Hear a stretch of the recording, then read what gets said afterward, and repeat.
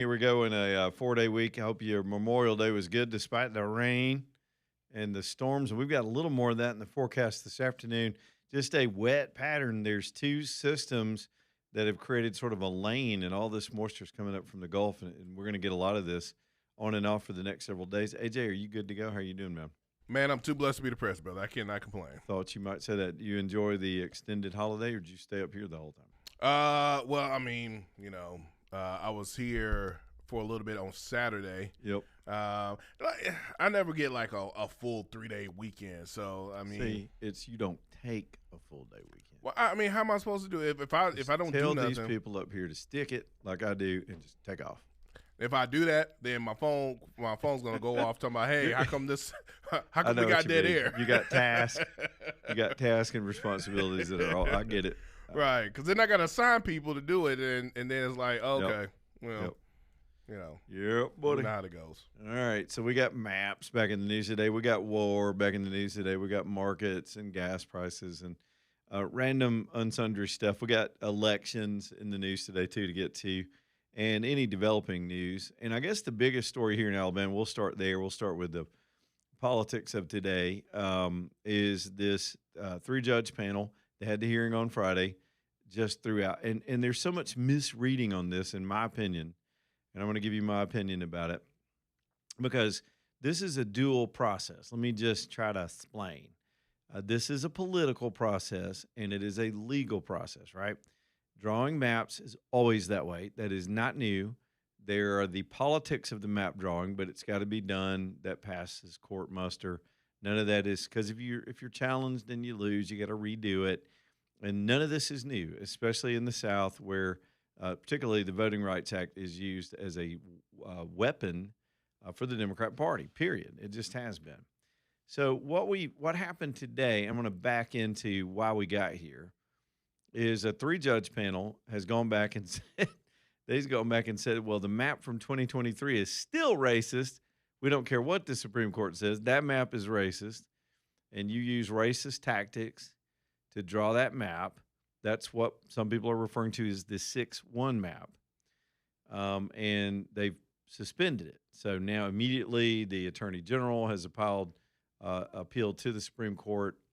And AJ, what is this going on in Washington? There's a tank explosion, a chemical tank. I was about to go through the boring recitation. Let's take a listen to this real quick. Some emergency has happened in Longview, Washington. Some chemical tank is blown up. Let's take a listen to this. Sulfide and disodium carbonate that is used in the paper making process. The incident of this scale requires strong coordination between the agencies in the county, as that's what remains ongoing. As we identified, the scene remains stable. Crews from our agencies have looked at the hazardous materials component as well as the structural concerns. That is why we are saying the incident is now stable. The family support process has been coordinated through the AWPPW union officials and Nippon Dynaway. Okay, apparently they've got, chemical plants are prone to have accidents, mishaps. I remember I covered one years ago where a truck driver drove up in the middle of the night and put the wrong chemical, AJ, in the wrong tank. Oh, gosh. And it caused a chemical reaction. They had to evacuate like a 2-mile area around the house. I'll never forget going and covering that. I thought I was going to die because I got a little too close. The tank was glowing. You could see the glow in the night. It got so hot, and they just had to keep putting water on it. I don't know what's happened here, but we've got other stuff to deal with than something out in Washington. We'll get an update on that. I don't know if there's been any loss of life. Yes, it does say a deadly chemical tank implosion in Longview, Washington. So we'll check on that as we always do. We stay with the breaking news and the headlines as things develop during the afternoon. So quick, back to the court case. So the three-judge panel has gone back and said the same thing they said the first time, that the 23 map used race improperly. So the sequence was this. You've got different things at play, and a lot of people are getting it wrong. Today, immediately, I saw a bunch of Republicans reacting, going, this will get over, and it might get overturned. I mean, the Supreme Court may say, no, the state of Alabama can draw the map any way they want to. But here's what you got to understand about the Supreme Court's ruling, because a lot of talking heads have not read the ruling. I read the ruling. I'm not. You don't have to be an attorney to understand the logic of what the court ruled. And here's how the court ruled: you have to be race neutral. So I've been lecturing the Democrats about the use of race to their advantage, and that is what the court said was wrong. That's not how our country should run. But the same thing applies, that you can't use race to discriminate. You can't use it to promote people or to draw specific little cozy, in this case, black districts just for black people so black people can have a black person. That's not the Constitution. But you can't draw it to harm black people. And so in the case of Alabama, we're just talking about black and white. There are no other ethnic groups that are at play here. So the state of Alabama, this is where we screwed up. And I said this the day this ruling came out, the next day when Governor Ivey first didn't want to do anything. She wanted to leave the map the way it was, a 5-2 map, because they're lazy. She's asleep. They're trying to coast her all the way out of the office in January. Her whole staff's looking for jobs. Nobody wants to rock the boat, and she's got some very naive people advising her. And then you've got the attorney general who just got bounced out of the Senate race. He was slow on the trigger. Now, he stepped it up lately, but here's what Alabama decided to, instead of doing what a lot of us said do, the Supreme Court gave a green light to states to reconsider their maps in light of the court's ruling. So they should have gone back to the drawing board. They should have gone back, and I didn't care how they drew it. They could have drawn a 6-1 map and tried to help Terry Sewell. They could have drawn a 7-0 map and played hardball like the Democrats would if they were in charge. Democrats, they don't hesitate to drop the hammer on Republicans. But Republicans are a bunch of petunia-picking pansies, and they don't know how to fight. As evidenced by South Carolina Senate just voted down a 7-0 map in their state where the Republicans ganged up with the Democrats and voted the map down.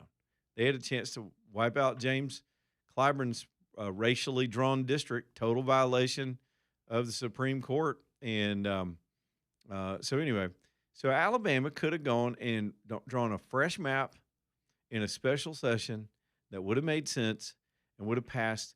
It would not have had the hair on it from the 23 map that they drew. Okay, am I confusing everybody?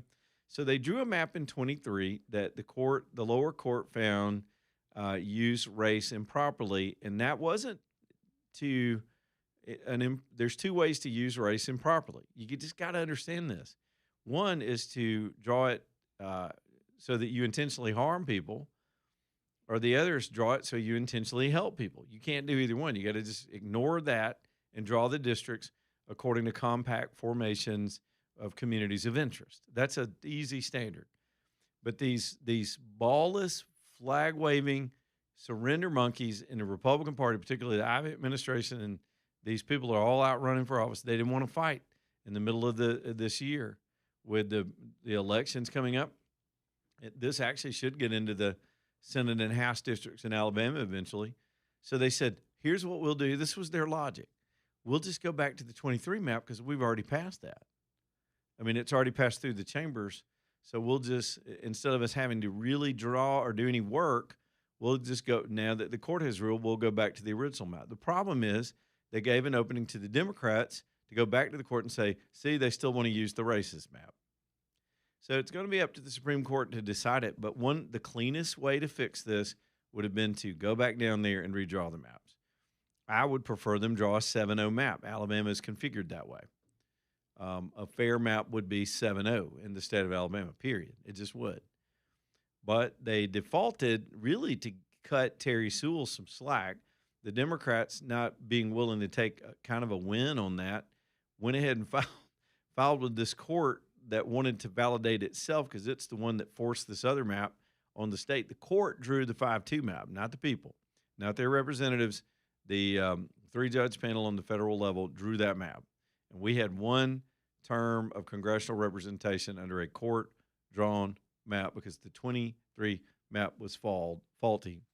Supreme Court gives an open pass to all states to reconsider all of their schemes, and these lazy asses down in Montgomery just didn't want to do it. So here we sit now waiting on an appeal. It's on an emergency docket from the Supreme Court, and I don't know what they're going to say. They could say, no, we already told you, lower court, They can draw maps this way, but the lower courts, the argument, what the lower court has found is going to change that. Okay, let me see if I can make sense of this. Even though the Supreme Court, I'm trying to be as fair as I can about this analysis, even though the Supreme Court says race can't be the factor when you would draw a district, it goes both ways. And so while that gave states the opportunity to correct their maps, it doesn't give you the opportunity to go back to a map that was already drawn in a way that was found to be also using race. Does that make sense? Both sides are wrong. The people that want to draw exclusive minority districts are just wrong. You can't do that. Not anymore. And the people who want to use that to block people into, here's what the Republicans have done, I believe, with that map. And it's to their benefit. And I'm trying to talk to any Democrats that might be listening and some Republicans. They have packed all the black people they can into the 7th district on purpose. The Democrats think that's a win. They're like, yeah, we got a district. We got our own district. Black people think we got Terry Sewell. She's black as I am. And here's the thing. All that does is dilute your power in the other districts. And now the Republicans don't have to pay any attention to black voters whatsoever in any of the other districts because all the black folks are packed in segregation style over into one district. It is racial segregation, which is what the Constitution tells us we can't do. So now these lazy Republicans have now got a segregated map that was already had enough trouble that the courts redrew it, and now we got it's so many layers to this thing, so confusing. So we'll wait. I don't know how quickly the Supreme Court will rule. They know time's of the essence. The governor has called this August the 11th do-over of the House districts. And now what? Those candidates have started qualifying. All of this, I suppose, is on hold. I don't know. Should we just cancel all of our AJ? Should we just have no Congress people from Alabama? Just none. Just let Georgia have it. Mississippi, y'all can vote for us. We can't get this figured out. We can't figure out how to sell marijuana. I mean, street thugs have been selling marijuana for decades, and the state of Alabama can't figure out how to set up shop. And then we get into this map war thing, and everybody's making the stupid arguments instead of doing the hard work. Somebody's got to do the hard work. Well, let me ask you this, and for those who may not understand the importance of like this whole map drawing and this push for it. Obviously, you have the 7th district, and then currently with the 2nd district with the whole redistricting and remapping. Why is it you feel like there's this push to try to take away the 2nd district? Because the court ruled that all districts like that are unconstitutional. So what do? Hold an election and have an unconstitutional district? Send somebody to Congress under the unconstitutional standard in the middle of an election year. Now let's talk about the politics of it. Remember a second ago I told you it was legal. So the legal reason would be court's already ruled those districts are wrong. You got to do your maps over. Any way you want to, you could probably still draw a fair map that's beneficial to Terry Sewell, but you can't possibly draw districts like that will pass the new constitutional standard, period. But it's also a political argument. And I know AJ's grabbing a phone call. The political argument is this. The Democrats have used this tool to win advantage. AJ, I know you were grabbing the phone call. In the political argument, it's this. Republicans control the states. They get to draw the maps. In the bigger scheme, the Democrats have used race to get an advantage in Congress. And if you're going to beat them in the midterms with everything being within 5 seats, Congress will turn out within 5 seats. As bad as things are right now for the Democrat Party, they'll still have a possibility of controlling the House. So politically, you drop the hammer on their ass like they did to the Republicans in the Northeast and draw them all out, period. You do what they did. Democrats have no problem doing it. They fight. They've drawn every Republican. You can't, north of New York City, there ain't a Republican in the Congress. They drew them all out. So the South has an opportunity to say, us too, but they don't have the balls to do it. The Republicans just caved in South Carolina. Louisiana is still going to draw one district for the Democrats. And Alabama keeps fumbling the legal case. They can't even get to the political advantage. So there's a legal argument and a political argument. Does that make sense? Mm-hmm. So, and it may sound unfair, and so what? That's politics. If if you are in the majority, you get to do these things, as the Democrats do in the states they control. That's not new. That's always the case. So we'll see what the Supreme Court says. I don't even fault the Democrats here, other than they should have taken this 6-1 map was a gift to them because the Republicans are weak, and they should have just shut up and taken it, because that's the way we've done it for almost 30 years with this racially drawn district, even though I think that map is also unconstitutional based on what the court said. You just can't draw favorability based on race. You can include race, but it can't be the main reason you do it, right? So, and if black voters wanted real power in this state, you wouldn't settle for having one congressman that's going to ignore you because she's got the luxury of ignoring you because you'll always vote for her as long as she stays black. And that's the problem with these districts all over the country. They don't have to do anything but stay black. They don't have to deliver. They don't have to solve any problems. They can't pass any legislation. They have no power. Terry Sewell has no power in the Congress. She's in the minority, and she's not part of any coalition that can get anything passed. So when you draw segregated districts like this, you marginalize everybody. And that's just math. That's just, if I were advising the Democrats, I would tell them to go for something bigger. I would advise them to expand their power, force the Republicans to respond. And you can only do that if you're in those. If you're not in those districts, they can give you the big middle finger and do what they want. And guess what? You're going to get outvoted 6-1 in the congressional delegation every single issue. Every issue that comes up, black voters in this state will get outvoted 6-1 with these maps drawn like this, period. But if you got north of 20% representation of any group in your district, you got to pay attention to them. You got to pay attention to them. And it's just what we've done. It's not smart. It's not constitutional. And then back to the political side. I mean, that's just the tactical side of the argument of political strength. You go back to the just the straight, well, the legal side. Now we pissed up the wrong tree again, and we sit and wait. I think we probably have, and somebody can, outside of places like Minnesota, which have become dysfunctional on the left. Like Minnesota is probably Minnesota and Illinois, I think, are the most dysfunctional states controlled by the Democrats, and how incompetent they have become far to the left. Alabama is the Minnesota of the right. We have dysfunction on the state level that's causing us to be behind even our fellow Republican state and Southern peers. We can't move forward because we just got pure dysfunction. And by the way, the gambling interests have come in here with super PACs and bought up all the damn seats. You wait and see what happens in the next quadrennium when we put a new legislature in. They're going to shove gambling through. They have been paid off. We're back to the same thing the Democrats were doing when they ran the state. It's disgusting. I'm so disappointed. I thought we had a shot to reform government and do some things in 2010, and it only took 16 years for me to finally give up. All right, back in a minute.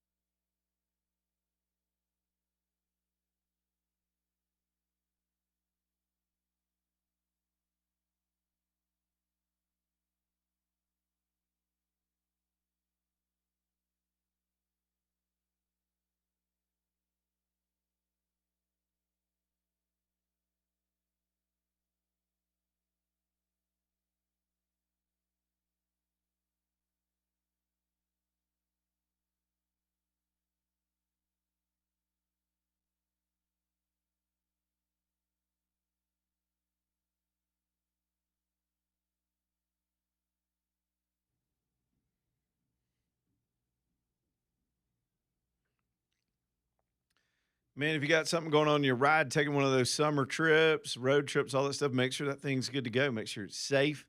Make sure it's ready for the road. Tapco downtown Birmingham can do that for you. I really do trust Michael. He's a good guy. He's a good guy. You'll know it when you meet him. You'll know it when you see how professional that shop is laid out. They're on the cutting edge of all the service work that can be done nowadays. I mean, they got all the tools that the dealers have. They can diagnose stuff, get to the bottom of it, get you fixed up and back on the road. If you have just regular service work, take it down there, get to know them, be in the system. Then when something weird happens, you got a trusted mechanic. I'm going to call them mechanics, even though they're kind of service technicians. The reason, to me, the difference is, I think working on a car as a mechanic, it's very mechanical. Nowadays, it's also computer work. It's like being a computer technician as well. And they've got it. They've got the train techs, the right layout, and all the tools to get to the bottom of whatever is happening to your ride. So take it down to Tapco. And by the way, if you're in have a fleet, a lot of businesses that have multiple vehicles will just use them to keep that stuff moving, including the state of Alabama. They drive those Aaliyah cars in the ground, man. They are worked hard, and they take them to Tapco, so you can trust them too. TAPCO, TapcoBeham.com, TapcoBeham.com. Okay, so and by the way, a federal judge has just denied an appeal to overturn Tennessee's newly drawn map. Tennessee did what Alabama should have done and just redid their maps, drew out the Democrat district in Memphis, which, by the way, had a white boy in it, and a federal judge just said, nope, the map was done. They went through their process the correct way, unlike Virginia, unlike Alabama and others, and that just happened just as we're talking about the map stuff. Man, I got politics to talk about, too. You know, it's a busy day when I just texted a message to Jay Mitchell that was supposed to go to my wife. Could have been worse, AJ. Could have been worse. Yeah, I've done that. Well, not to Jay Mitchell, but I've done. he had sent me an update because Pam Casey, the other performer in the AG race, has just endorsed him this afternoon. So his folks wanted to make sure I saw it. Mm-hmm. I was like, well, that's good. I was going to talk about that later in the show. And I was responding to her something about RV service work. I'm trying to get the motorhome ready for the road. And I was like, they can't get to it till the 3rd. And I went, wait a minute, that was supposed to be for my wife. and I said, it could have been way worse. It could have been real worse. Yeah. Anywho. Let's just say I made a comment and my mother-in-law was attached to it. Oh, that happens. Yeah. Y'all, that happens. You can't get it back, man. I think there should be a digital cooling off period that you could set on your devices. Right when you hit send, you got 3 minutes to go. Wait a minute. I think there is. Is there somebody that does that? Yeah, I think there's some apps or even like some emails that be like, "Are you sure you want to send this?" You might want to double check. You got 5 seconds. Scans your message. You didn't mean to say that. You can have one letter in a misspelled word, change the whole meaning. We've talked about that before. All right, bottom of the hour. Let's talk about, we've got some other race dynamics. We got stuff out in Texas. We'll do some more politics. Eventually, I got to get to this war or peace. What is it with Iran? Who knows? A lot of stuff up in the air this afternoon. Back in a minute. Leland Live. Y'all stay tuned.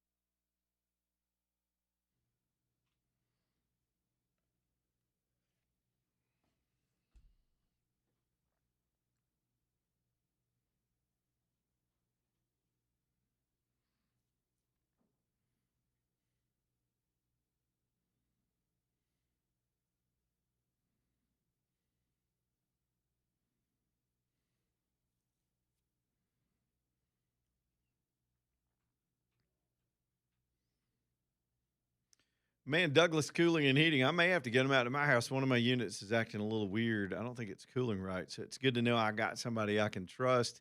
Get them over there and handle that kind of thing. They'll be doing some additional work for me this summer as we're adding a little space on the house and got to do an additional unit. It's good to trust somebody. And they've been doing this stuff for me for 17 years, and I know it's correct. I know they're telling me the truth, and they're not overcharging me, and that's what you need from a heating and air company. It's just one of those things a lot of us don't ever fool with. Take specific training and tools to handle all that stuff. Let Douglas help you too. It's an amazing company.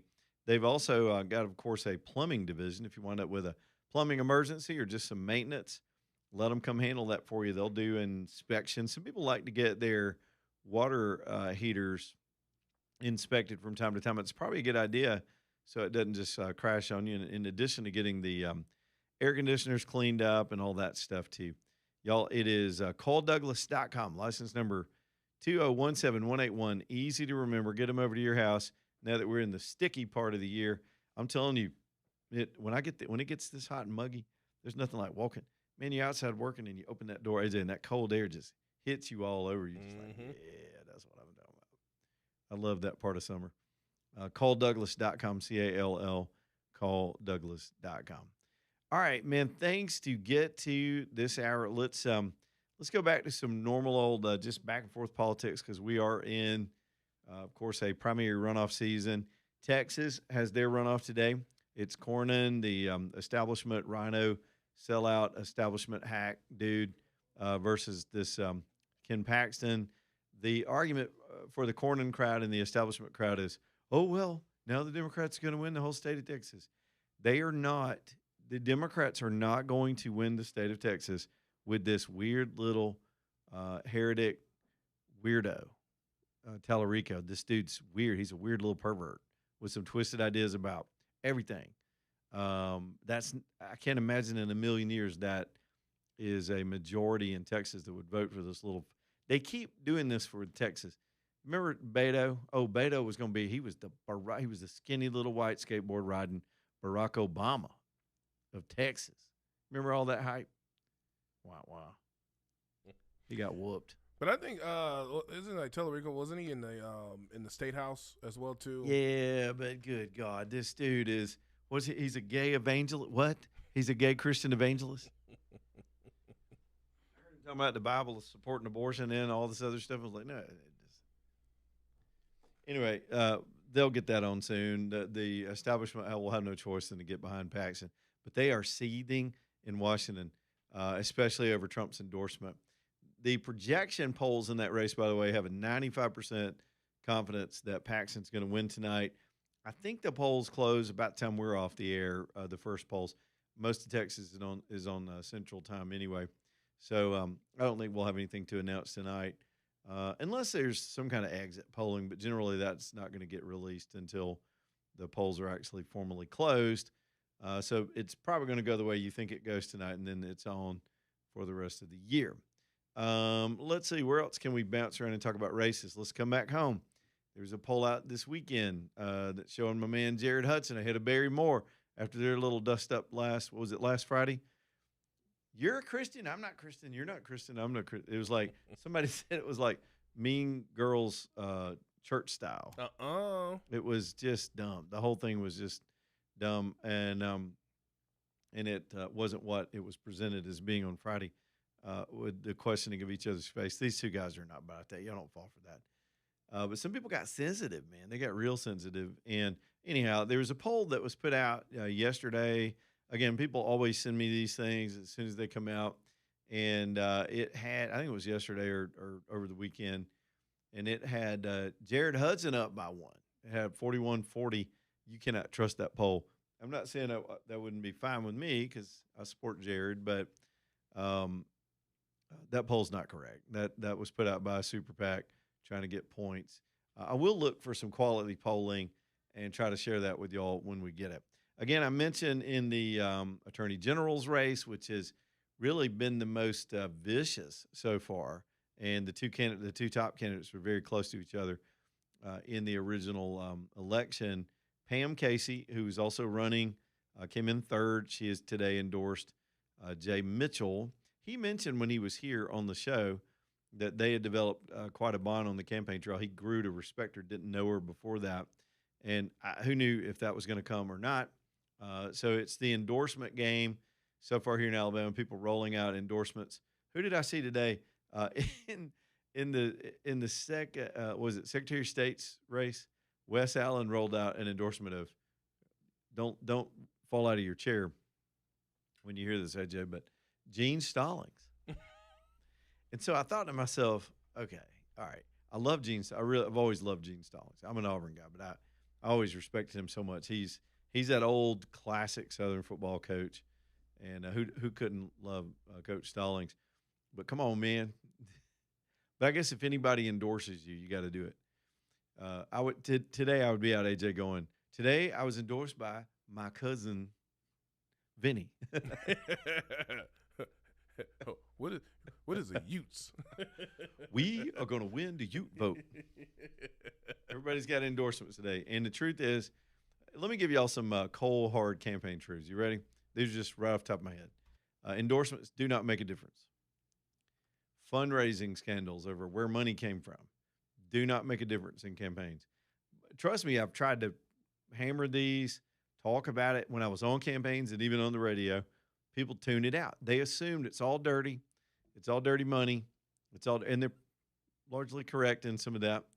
But I've never seen it, in Alabama at least, change the outcome of a race. These are some Leland facts that I live by when I'm looking at races. The other nasty fact, negative advertising does work. If you say something nasty about somebody, people are more likely to believe it than you are a holy roller farmer with a gun, and Trump and Jesus both love you. Right. They don't care. If you say candidate Jonesy, I'm making stuff up now. What was Dixon's little parody ad? Mitt Fleener, is that? Oh, the guy? yeah. Filner. Mitt Filner, whatever that. Dixon has a funny parody. He's run for years. Mitt Filmer got money from the towel heads. People are going to believe it. They're just going to believe it. Or my favorite one that was a story. I don't know if it was true or not, but Mitt Romney has magic underwear that he wears. Magic underpants. There's a whole Mormon swipe. Yeah. Right. He likes to look into the hat at the gold plates. Yeah, I mean, people will, and everybody go, I thought that guy looked kind of fishy. Mm-hmm. That's the first thing they'll do.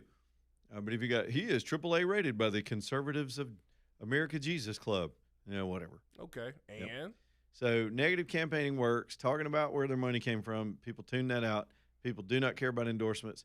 Campaign signs do not work. They don't matter at all. Candidates love them. This is the only reason people put them out. Candidates want to see their signs when they're riding around. Yeah. I ever told y'all the time that I had a candidate I was consulting for, and the dude was broke. He had no money, but he loved to see his signs. It made him feel good. You got to keep your candidate up because candidates get tired. They get worn out. They're under attack all the time. Spouse wants to slap them. Why'd you get in this race? Everybody's tense. It's a tough time. And I had this one candidate, and so to boost his spirits and get him going, we did a bus tour, put him out on the road. So he goes out on a bus tour. This was years and years ago. But he didn't – I was afraid he wasn't going to get to see his signs and just feel like his sign – even though he had like $2,000 for signs, AJ, he had no sign budget. So I had a sign crew put the signs out ahead of the bus. After the bus passed, they'd pull them all back up and go put them out. They'd leapfrog the bus, and he came back and he goes, man, I got signs all over this thing. So you need to get on the phone and fundraise, son. You got no signs. So they don't do any good, but candidates love to see their names on billboards and on signs. It makes them feel good. Yeah. It's true. It is. It's true. Makes it seem, and then it's almost like a popularity contest as well, too, because the more signs you see, it's indicative like, oh, people really like me. They really support me. And so, I don't know, it's just like it's a motivator in the sense that they see these signs in people's yards or out in public places and stuff like that. So, okay, here's the psychology behind it. In the lower ballot races, you're not going to here's some truth now. Most people are not taking the time to study these candidates. They're going to go in there. If they see a name they've heard before, bam. Because they want to get out of there, they got to go to breakfast. And then they got to get to work. and they know the 2 or 3 people at the top they've been seeing all the ads about, and they hate one of them, so they made sure they showed up to vote against that SOB. And then the rest of them was like, I don't know. Sure, I've heard of Mr. Butler. I saw a sign by my house. When I rolled up at the polls the other day to vote, they changed my polling location, so I'd never voted there. As soon as I turned in, AJ, there were 57 campaign signs right in the turn-in. You can be so many feet from the poll and put your sign out. No one has time to sit and parse through 50 of those signs to see specific names. But if one campaign sees a sign there, he's got to put his sign there. Well, and look, so where I live in Helena, there's a spot. It's like I call it Campaign Sign Alley. Because every time there's a campaign or an election, on it, everybody and they mama. I'm talking about from superintendent to someone on the school board to someone on the regular council.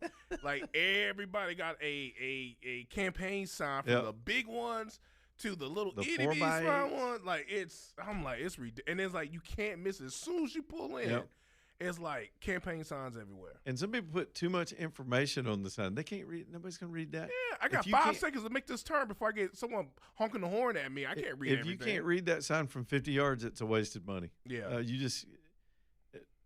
I try to tell people this. Nobody listens. Oh, I got stories about the sign wars. If the signs are on the right of way, they're considered litter. Anybody can snatch them. I'm not saying I've snatched other people's signs, AJ, but all I know is when you throw them in the woods, it's better to tomahawk them like this and not throw them like a Frisbee. They go farther. Yes. I'm just saying. I've heard. We had a guy years ago who came up with a way to put up the 4x8 signs. It was kind of ingenious. He's the best sign guy in the world.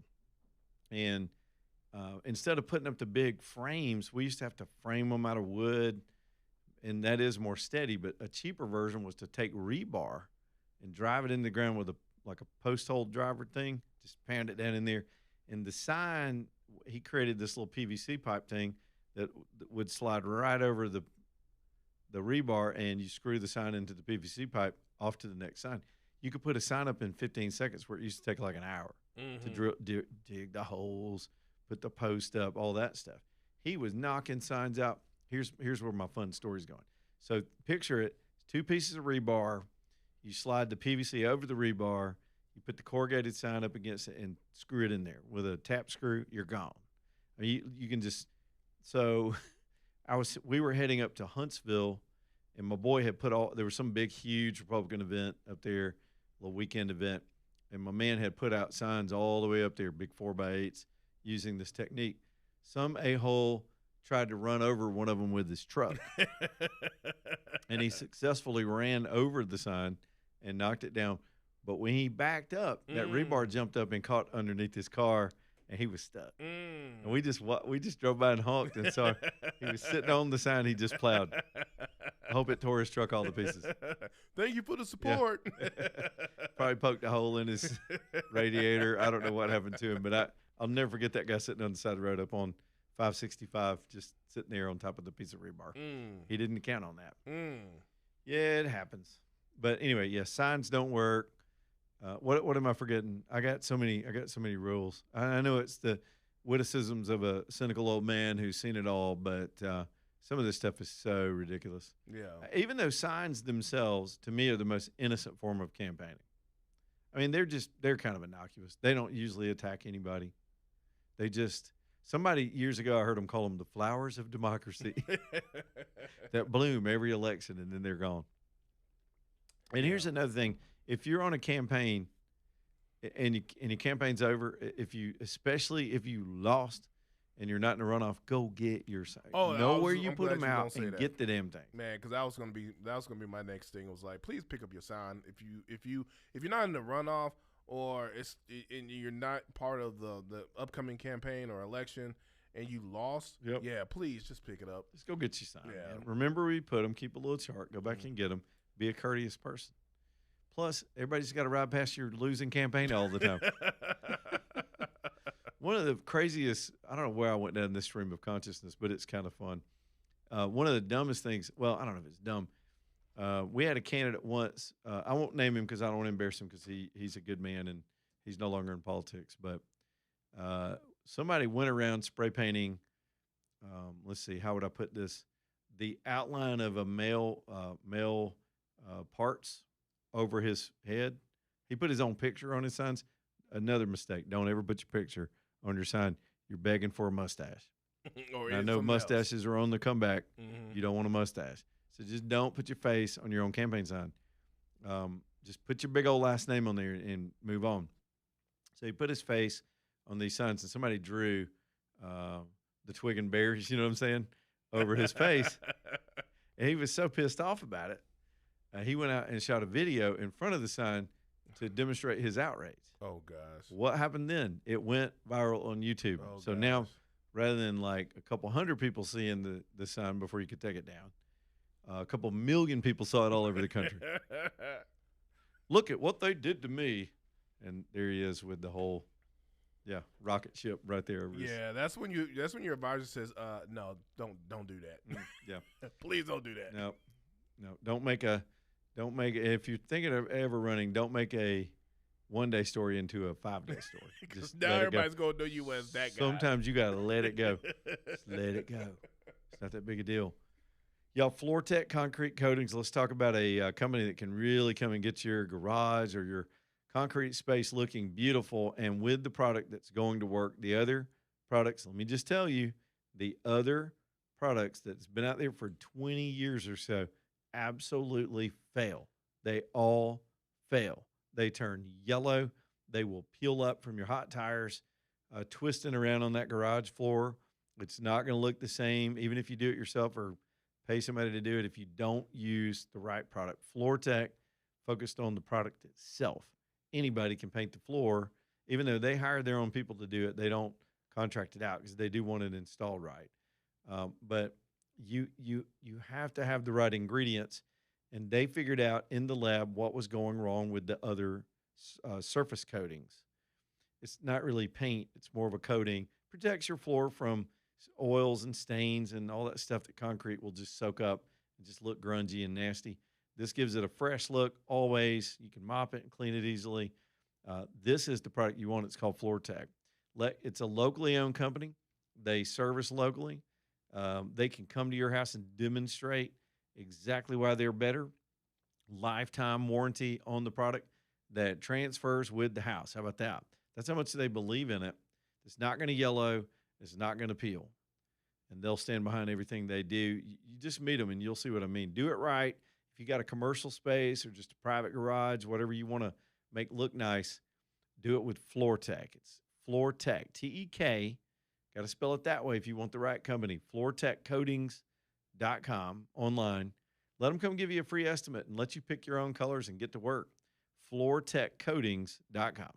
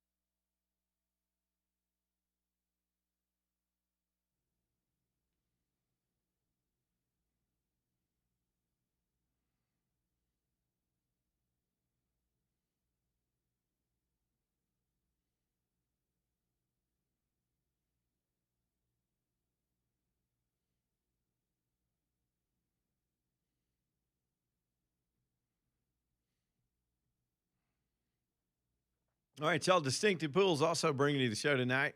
DistinctivePools.com. That's Gary Levesque's company, and what an awesome company it is. These guys just know their stuff when it comes to the pool business. They've been doing. Gary alone is well into, I guess he's in his 5th decade now of building pools. I'm not trying to make the man sound old, just experienced. It's a long time.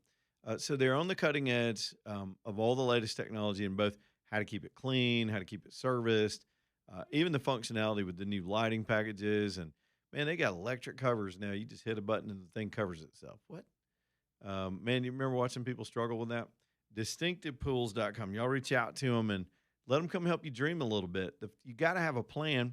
You're not going to be able to answer that question in your mind is people will sit around and dwell on it and go, should we build a pool?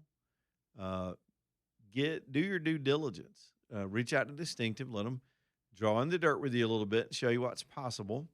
Then from there, they can help you with a budget. And then they've even got companies to help you with financing if you want to do that. It's distinctivepools.com for your pool this summer, distinctivepools.com. Gary Levesque, y'all tell him I said, hey. To the war for just a second, because we don't have a lot of concrete stuff. We took some shots at some Iranian positions along the Strait of Hormuz today, this weekend. We called them defensive. We said it wasn't an end to the ceasefire, but that we saw some boats about to put some mines into the strait. There was also a missile launch position that was discovered, so we took that out.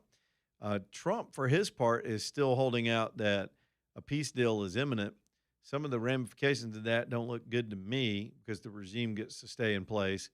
But again, Trump and his team never sought regime change from the outset. It was to destroy the nuclear program and render it inoperable forever. And they're still at that. I would love to see regime change, but I don't know what's going to come of this potential deal. But then we also are seeing some buzz around the White House and the Pentagon right now that looks like we're on a footing to start bombing again. So maybe it's a head fake, a feint to put pressure on these crazy people. There's also a report today that we're going back to the operation, which we bizarrely started then suspended, of protecting ships that want to get in and out. Hundreds have now gotten out, but not many are going back in. We need traffic in that region to go 2 ways. The markets like what they're hearing. For some reason, they're buying it. There's other financial news today that drove the markets up. Oil's been sliding all weekend. I don't know where it finished today yet, but I'll check on that here in just a few minutes. But maybe we'll get some relief. It'll take several weeks for all that to cycle through the pipeline, but there is so much oil that is pumped waiting to get to market that's been dammed up and held up. Plus the Venezuelan oil is coming online here in a couple of months. We're going to have plenty of oil if this gets worked out. Probably within 2 months, I think you're going to see prices crash in a hurry. Y'all, so that's the quickest synopsis I can give you for all that. We'll go take a quick break and come right on back. 545-9950 if y'all want to get on the show on this Tuesday. Talk about whatever. Headlines when we get them. Breaking news when we get it. Leland Live, Talk 99.5. Y'all hang on.